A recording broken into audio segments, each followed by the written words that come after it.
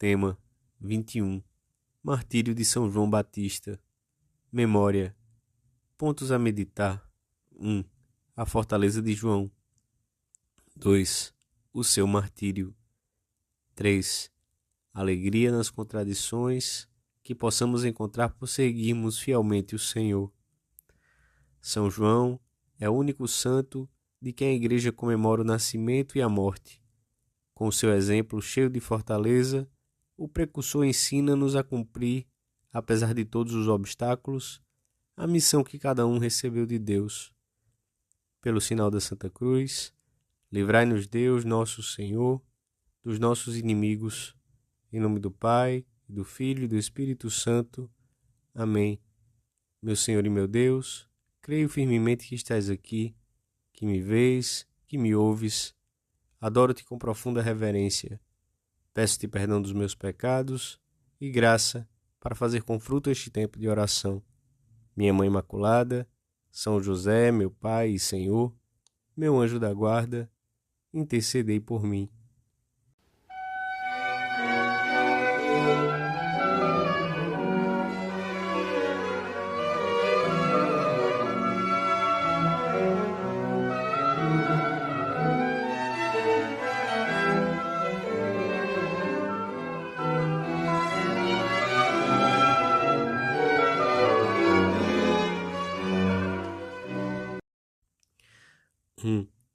E falarei dos teus preceitos diante dos reis, sem me envergonhar, e deleitar-me-ei nos teus mandamentos que amo.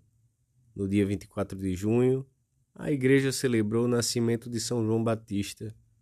Hoje, comemora o seu Dies Natalis, o dia da sua morte, ordenada por Herodes.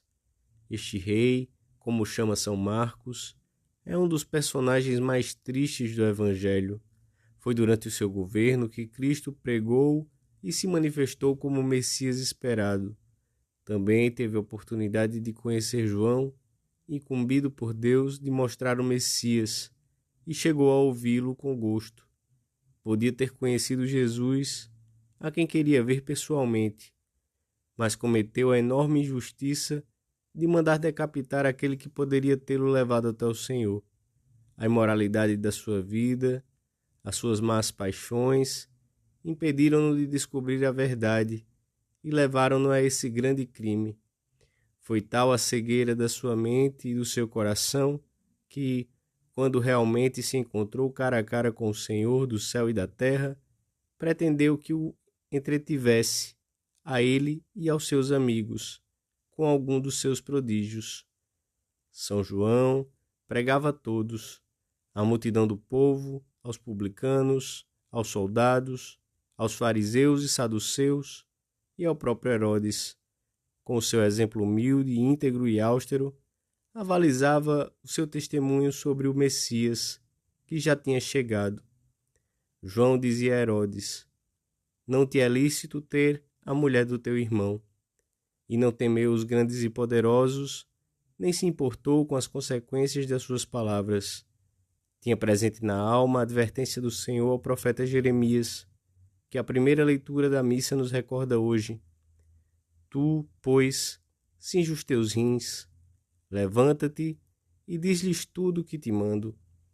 Não lhes tenhas medo, porque eu farei que não temas a sua presença, porque eu te converto hoje em cidade fortificada, em coluna de ferro e em muro de bronze sobre toda esta terra, diante dos reis de Judá, dos seus príncipes, dos seus sacerdotes e do seu povo.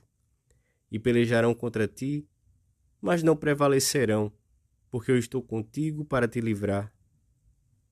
O Senhor pede-nos também essa fortaleza e coerência, para que saibamos dar na vida diária um testemunho simples por meio do nosso exemplo e da nossa palavra, sem medo nem respeitos humanos.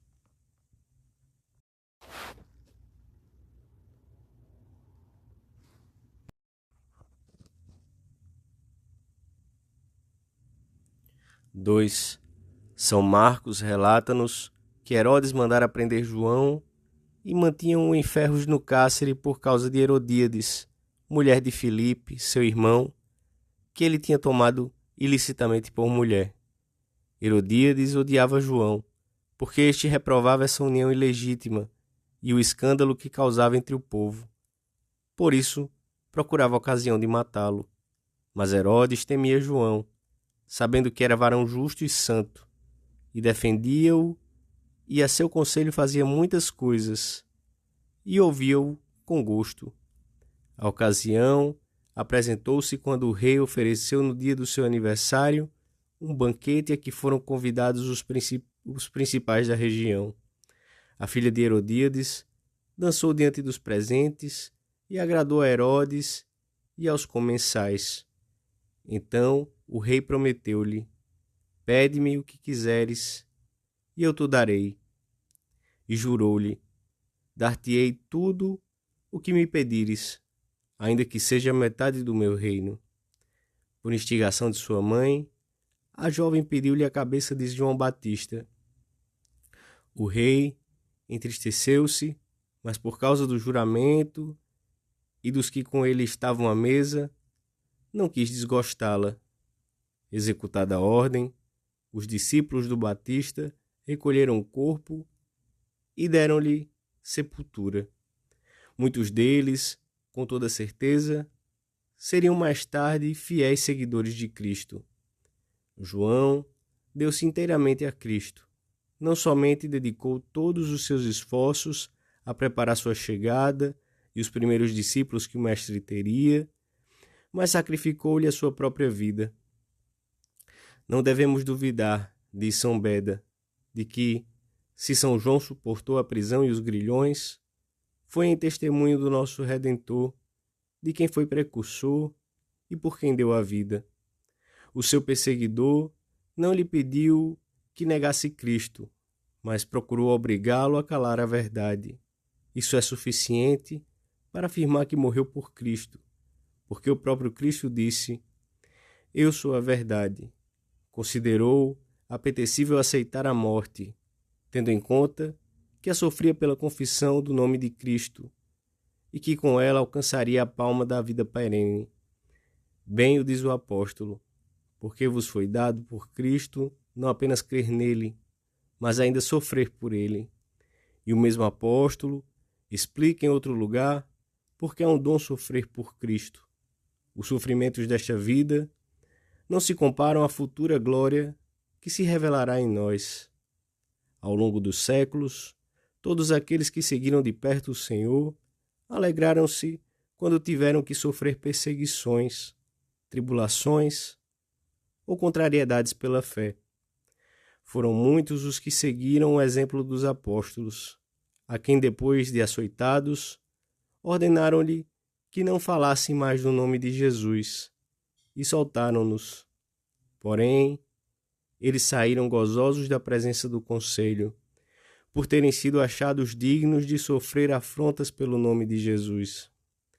E, longe de viverem acovardados e temerosos, todos os dias não cessavam de ensinar e de anunciar Jesus Cristo no templo e pelas casas. Certamente, lembraram-se das palavras do Senhor relatadas por São Mateus: bem-aventurados sereis quando vos injuriarem e vos perseguirem e, mentindo, disserem todo o mal de vós por minha causa. Alegrai-vos e exultai, porque será grande a vossa recompensa nos céus, pois também assim perseguiram os profetas que vos precederam. Podemos nós entristecer-nos ou queixar-nos se alguma vez temos que padecer um pouco pela nossa fé ou por sermos fiéis à chamada que recebemos do Senhor?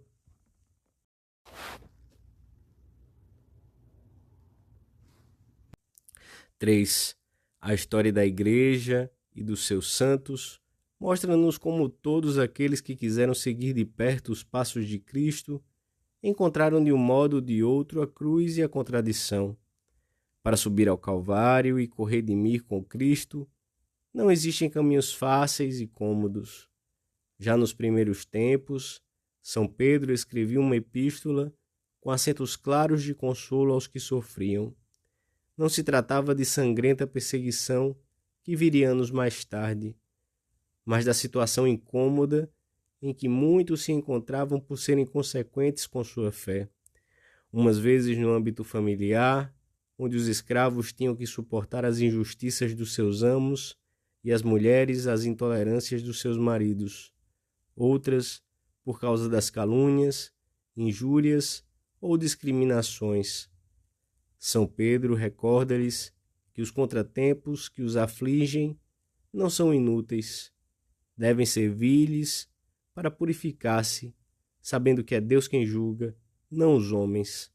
Sobretudo, devem ter presente que, à imitação de Jesus Cristo, alcançarão por esse meio muitos bens, e mesmo o dom da fé para os seus próprios perseguidores, como efetivamente aconteceu.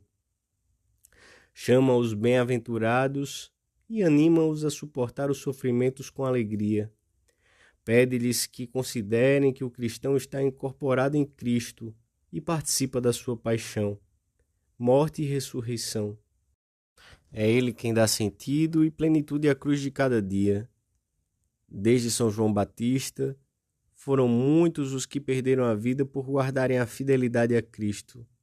Também nos nossos dias, o entusiasmo que Jesus despertou entre os seus seguidores e a confiança infundida pelo contato imediato com Ele, conservaram-se vivos na comunidade cristã e constituíram a atmosfera em que viviam os primeiros cristãos.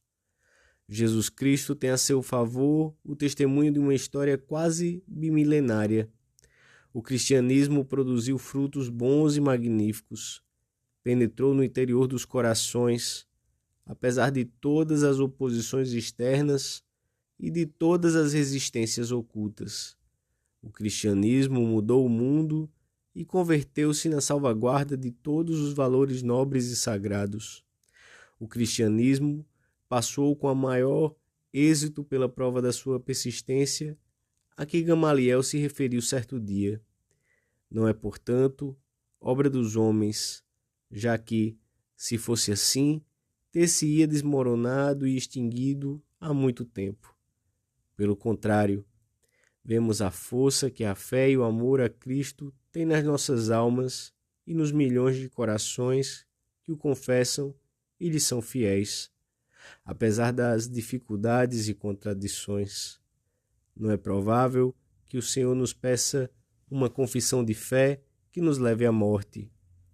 Se não-la pedisse, dá-la-íamos de bom grado. O normal será que nos peça a paz e a alegria no meio das resistências que um ambiente paganizado opõe à fé. A calúnia, a ironia, o desprezo.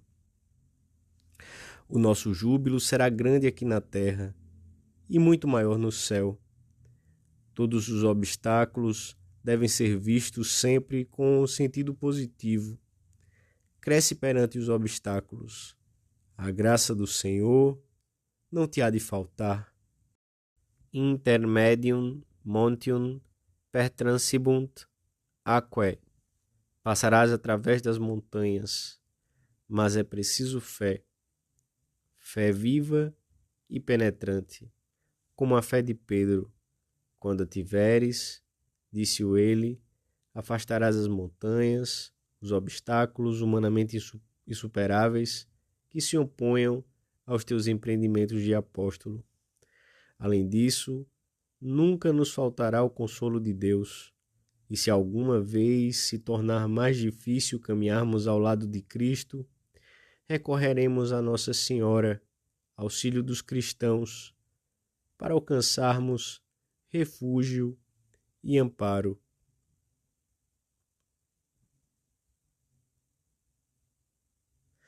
Dou-te graças, meu Deus, pelos bons propósitos, afetos e inspirações que me comunicaste nesta meditação. Peço-te ajuda para os pôr em prática. Minha Mãe Imaculada, São José, meu Pai e Senhor, meu anjo da guarda, intercedei por mim.